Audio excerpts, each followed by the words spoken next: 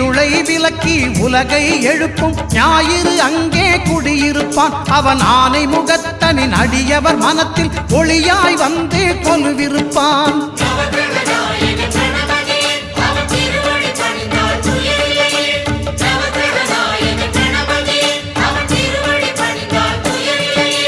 ஒன்பது கோளும் ஒன்றாய் காண அங்கு கற்பகம் என்னும் கடவுளின் மெய்யில்